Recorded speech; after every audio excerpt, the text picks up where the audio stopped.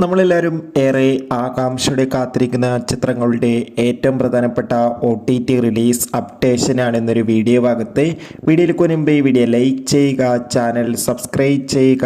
December മാസം ധാരാളം ചിത്രങ്ങൾ OTT റിലീസ് ചെയ്തിട്ടുണ്ട്. നമ്മുടെ ചാനൽ ഭാഗം പരിശോധിച്ചാൽ നിങ്ങൾക്ക് ആ വീഡിയോയ്ക്ക് കാണാൻ വേണ്ടി സാധിക്കും. നേരെ ഇന്നത്തെ വീഡിയോയിലേക്ക് പോകാം. ആദ്യമായി അറിയിക്കാൻ പോകുന്നത് ആസിഫ് അലി, അനശ്വര രാജൻ എന്നൊക്കെ പ്രധാന കഥാപാത്രങ്ങളായി വരാൻ പോകുന്ന ചിത്രമാണ് രേഖാചിത്രം. ചിത്രം ഈ വരുന്ന ജനുവരി 9-ാം തീയതി തിയേറ്ററുകളിൽ എത്തുമെന്ന് ഒഫീഷ്യലായി കൺഫേം ആക്കിയിട്ടുണ്ട്. ചിത്രത്തിൻ്റെ റിലീസിനായി നമുക്ക് കാത്തിരിക്കാം. അടുത്തതായി അറിയിക്കാൻ പോകുന്നത് മോഹൻലാൽ നായകനായി മോഹൻലാൽ തന്നെ സംവിധാനം ചെയ്ത ചിത്രമായിരുന്നു ബാറോസ്. ചിത്രം വൻ പരാജയമായിരുന്നു.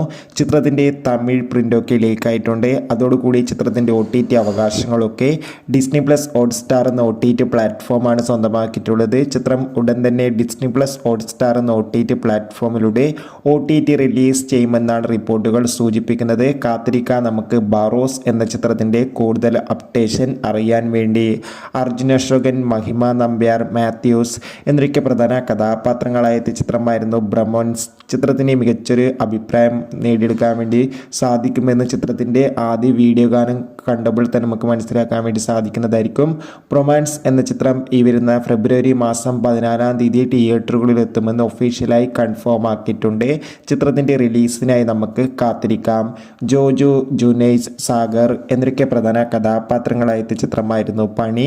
ചിത്രത്തിന് മികച്ചൊരു വിജയം തന്നെ സ്വന്തമാക്കാൻ വേണ്ടി സാധിച്ചിട്ടുണ്ടായിരുന്നു. എല്ലാ സിനിമാ പ്രേമികളും ഒരേപോലെ പണി എന്ന ചിത്രത്തിൻ്റെ OTT റിലീസിനായി കാത്തിരിക്കുകയായിരുന്നു. ഫൈനലി ചിത്രത്തിൻ്റെ OTT അവകാശങ്ങളൊക്കെ സോണി ലീവ് എന്ന OTT പ്ലാറ്റ്ഫോം സ്വന്തമാക്കിയെന്ന് കൺഫേം ആക്കിയിട്ടുണ്ട്.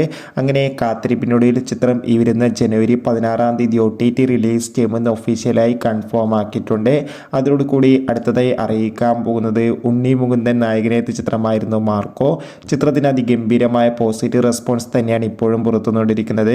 ചിത്രത്തിൻ്റെ അപ്ഡേഷൻ ഇപ്പോൾ പുറത്തുവന്നിരിക്കുകയാണ്. ചിത്രം ഇപ്പോഴൊന്നും OTT റിലീസ് ചെയ്യില്ല എന്ന് ചിത്രത്തിൻ്റെ ഭാഗത്തു നിന്ന് തന്നെ ഒഫീഷ്യലായി അപ്ഡേഷൻ പുറത്തുവന്നിരിക്കുകയാണ്. എന്തായാലും ചിത്രത്തിൻ്റെ OTT റിലീസിനായി ഇനിയും നമുക്ക് കാത്തിരിക്കണം. മിക്കവാറും ചിത്രത്തിൻ്റെ OTT അവകാശങ്ങളൊക്കെ നെറ്റ്ഫ്ലിക്സ് എന്ന OTT പ്ലാറ്റ്ഫോം സ്വന്തമാക്കുമെന്നാണ് റിപ്പോർട്ടുകൾ സൂചിപ്പിക്കുന്നത്. നെസ്ലിൻ നായകനെത്തി ഗിരീഷ് ഏടിയുടെ സംവിധാനത്തിൽ പുറത്തുവന്ന ചിത്രമായിരുന്നു ഐ ആം കാതലൻ. ചിത്രം ഈ വരുന്ന ജനുവരി 17-ാം തീയതി മുതൽ മനോരമാക്സ് എന്ന OTT പ്ലാറ്റ്ഫോമിലൂടെ OTT റിലീസ് ചെയ്യുമെന്ന് ഒഫീഷ്യലായി കൺഫേം ആക്കിയിട്ടുണ്ട്.